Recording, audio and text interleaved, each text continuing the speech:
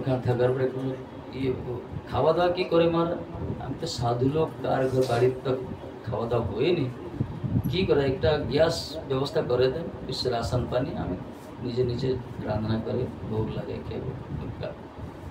ঠিক আছে, ওরা ব্যবস্থা করে।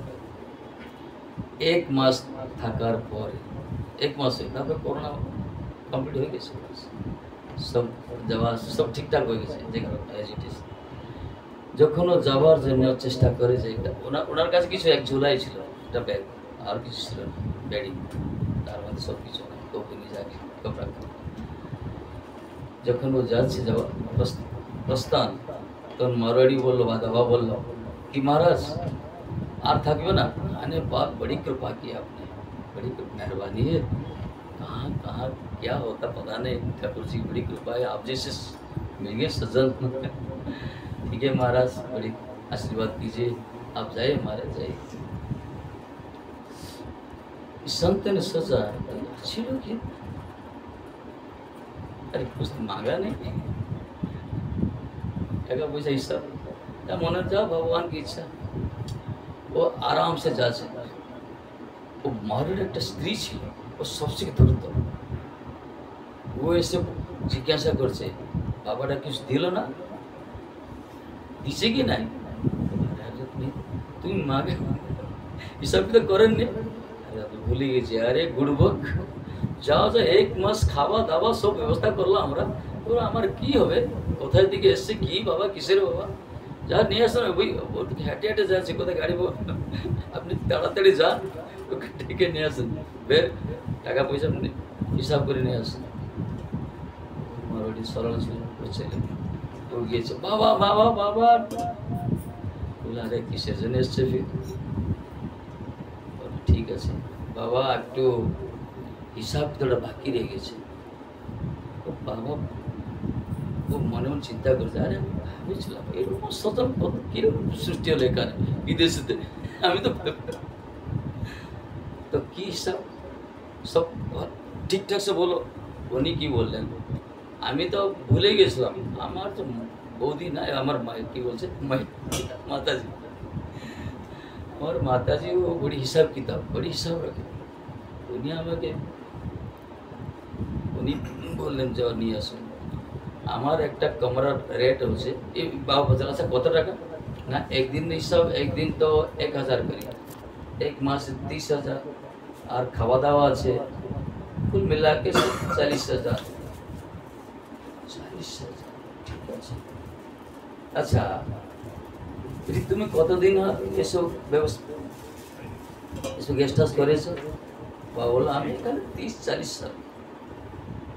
30-40 সাল সবসময় গেস্ট হাউস ফুল থাকে? হ্যাঁ, সবসময় ব্যাপার হয়ে রেস্টুরেন্ট গেস্ট হাউস ঠিক থাকে। কত টাকা অর্জন করছো? আরে হিসাব নেই, কত টাকা হিসাব নেই, অত অর্জন করে সব ব্যাংকে রাখছো। একটা কাজ করো, আমি এরকম একটা বস্তু দিব তোমাকে, তুমি জীবনে কখন চিন্তাই করেন, মানে স্বপ্ন আপনার জন্য, ওটা কি বস্তু? আরে বস্তুটা কি?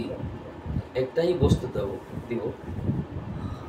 কারণ লোকটা মনে করছে, ভাবছে কিছু বাবার কাছে কিছু তো, বাবা চমৎকার বাবা কিছু আছে মনে হয়, কিছু একটা দুর্লভ বস্তু আছে মানে। আমি তো টাকা পয়সা সোনা এরা সব দেখে, আর থেকে আর দুর্লভ বস্তু ওরা বলছে, তো মিথ্যা তো বলবে না।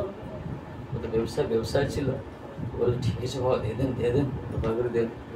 ও ছোলা থেকে মণি থেকে বাস বের করছে একটা কাগজের পুড়িয়া, কাগজ, ছোটা কাগজ, ওটা খুলে তার মধ্যে একটা সুই ছিল, সুই স্টিচ করে এইটা। আরে বাবা, এটা কি দুর্লভ বস্তু আপনার? আর এটা দুর্লভ বস্তু, এটা কি হবে? 40,000 টাকা হিসাব, আপনার একটা 1 টাকার একটা সুই দিয়েছেন, কি আপনি কি মনে করলেন আমাকে?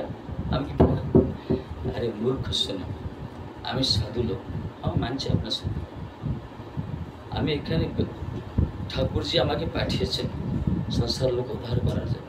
তোমাদের মতো আমার মৃত্যু হবে না, আমি সিধা, আমার একটা ডিউটি আছে ওখানে, আমি কিছুদিন এখানে বেড়াতে এসছে, আমার কাজ শেষ করে আমি চলে যাব। ওখানে একটা জংশন আছে, একটা জংশন আছে, একদিকে স্বর্গের রাস্তা, একদিকে নরকের রাস্তা। ও মাঝখানে আমাকে ডিউটি দেওয়া হয়েছে সিকিউরিটি গার্ড। আমি ওখানে যাঁচ করে যারা মূর্তিমণ্ডল থেকে মূর্তিলোক থেকে যারা মরে যায় ওখানে যেতে হবে, আমি ওনার সব চেক করব। ঠিক আছে, আমাকে কেন বলছেন? আরে মূর্খ, এইটাকে আপনি রাখুন, আপনি তো মরবেন, একদিন তো মরতেই হবে না। যখন ওই জাংশনকে আপনি যাবেন আমাকে এটা দেখিয়ে দেবেন। তা আমি মনে থাকি আরে আরে 1 মাস আমাকে ব্যবস্থা করতে, আমি তোমাকে সোজা সোজা স্বর্গ রাস্তা দেখা দেবো, স্বর্গে চলে যাবো। বাবা কেসি বাবা, তো বাবাকে প্রণাম করে পরিক্রমা করে পুরা দণ্ডবোধ করে মাথা টাকা। বাবা, টাকা তো জীবনে অনেক অর্জন হয়েছে, এরকম বস্তু ভুলে ভালো ছিল। সত্যি ও লোকটা ভুলে ভালো, সরল সরল।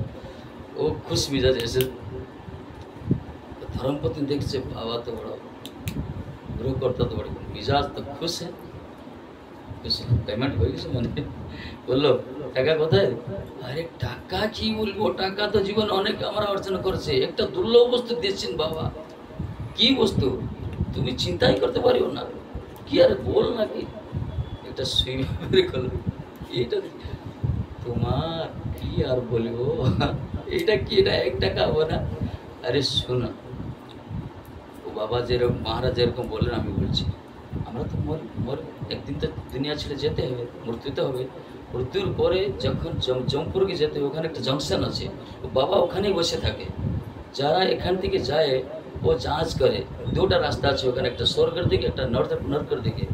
আমি এটাকে ধরে যখন যাবো ওখানে ওনাকে দেখার পরে ও বুঝতে পারে আরে আরে ও লোক, তাই জন্য আমাকে স্বর্গ রাস্তা দেখে, স্বর্গ সিধা স্বর্গ বিনা টাকাতে।